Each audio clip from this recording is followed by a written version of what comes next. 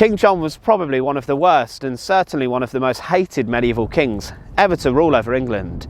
He was incredibly brutal, very fierce, and he would even have his own family members put to death for very little. John himself also locked up women inside of the infamous torture dungeons such as the oubliette, but his reign was rather calamitous. There have been some historians who have claimed centuries on that, oh, it's only King John, he wasn't that bad. But practically everyone inside of his kingdom disliked him, whether it was for the fact he proposed very harsh taxes on the people, or whether he was taking his country to a war.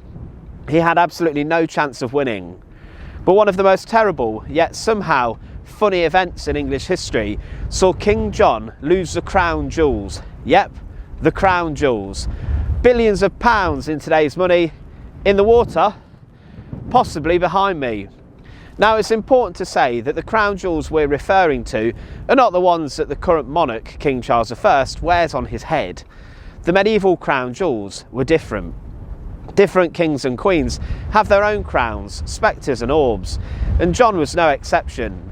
Now we're stood to the area of the Wash, a large tidal inlet literally just there in Norfolk or Lincolnshire, depending on what side you stood on.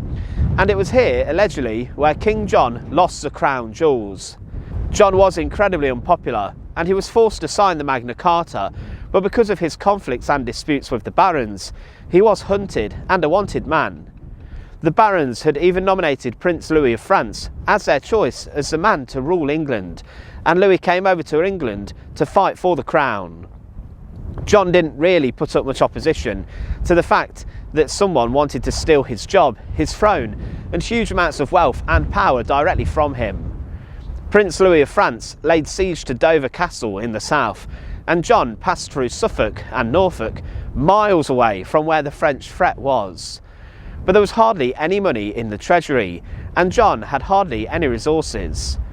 A full-blown conflict was avoided, but on the 12th of October 1216, King John left King's Lynn, which is literally just over there, a market town, and he headed to Swineshead Abbey, presumably for safety.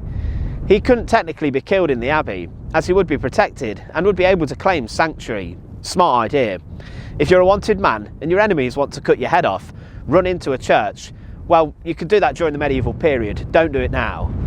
Travelling with King John to the abbey was his baggage train, a system of coaches that carried his valuables, armour, other significant items, and also allegedly the crown jewels.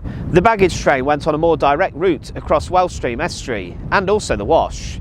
They had to travel 4.5 miles, and there would have been guides leading their way across the land here.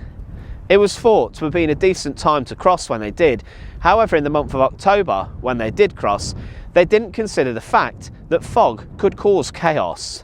They had to cross the Wash, this area, with the crown jewels and the baggage train very quickly, but they soon found that even the safe path was very treacherous.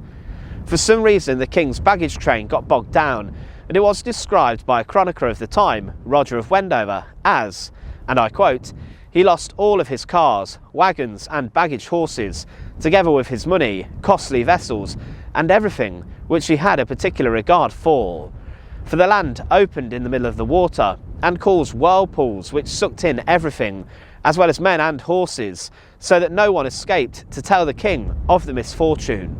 That very chronicler claimed that John must have escaped, meaning that he had reached the other side of the Wash and came back to see what happened, as he saw his entire baggage train, literally in the water, the crown jewels all floundering in the waves, lost for time.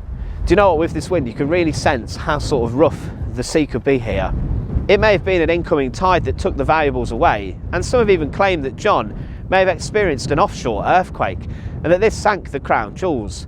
Now, how unlucky is that? He might have been terrible, but imagine an offshore earthquake ruining your last few days and taking your belongings away. I might try that for when I have to ring in sick for work next. Sorry, Dave can't come in today. He's become the victim of an offshore earthquake. I don't think that'd work. Now, the baggage train route across the Wash was only usable at low tide, meaning that the most probable cause of losing the crown jewels was that they underestimated the tide, or that the crossing was too slow. Anyway, John didn't have too much time to mourn the loss of millions of pounds worth of jewels, and valuables, as within the next week or so he'd be dead from dysentery, succumbing to his death probably on a toilet or close by to one, with monks bringing him fresh toilet roll which had been kept in a fridge. I'm only joking, of course. Nasty stuff, dysentery, during the medieval period. But what happened to the crown jewels? Well, the reason I'm literally stood here close to Sutton Bridge is because this is allegedly the location where the crown jewels were lost. So somewhere here, possibly here, there may be some of the lost valuable medieval items, or possibly the most valuable English items, lying under metres of silt, literally in that direction. People hunting this area with their metal detectors, dreaming of finding the lost treasure of King John. A huge amount of money has even been spent here by different companies and different groups trying to search for King John's treasure and trying to find where the specific streams and rivers once went that the baggage train could have crossed. One chap a few years ago, who'd been metal detecting in some fields literally over there, claimed he'd found the 800-year-old lost treasure of King John, as he'd found a significant amount of silver. But this has since been discounted as the crown jewels of the worst king of England. Could you imagine that though? So somewhere, literally here or out there, could be the lost medieval crown jewels of England's worst king. It'd still be worth an absolute fortune, and chances are that the British Museum would be stumping up millions of pounds if it was found. But with the changing landscape of the Wash, with every high and low tide, the area around here shifts and turns, and it's different every single day. Somewhere out there could be the crown jewels of England's worst king, waiting to be discovered. Probably not today though, because it's absolutely freezing. This is colder than Wales last week.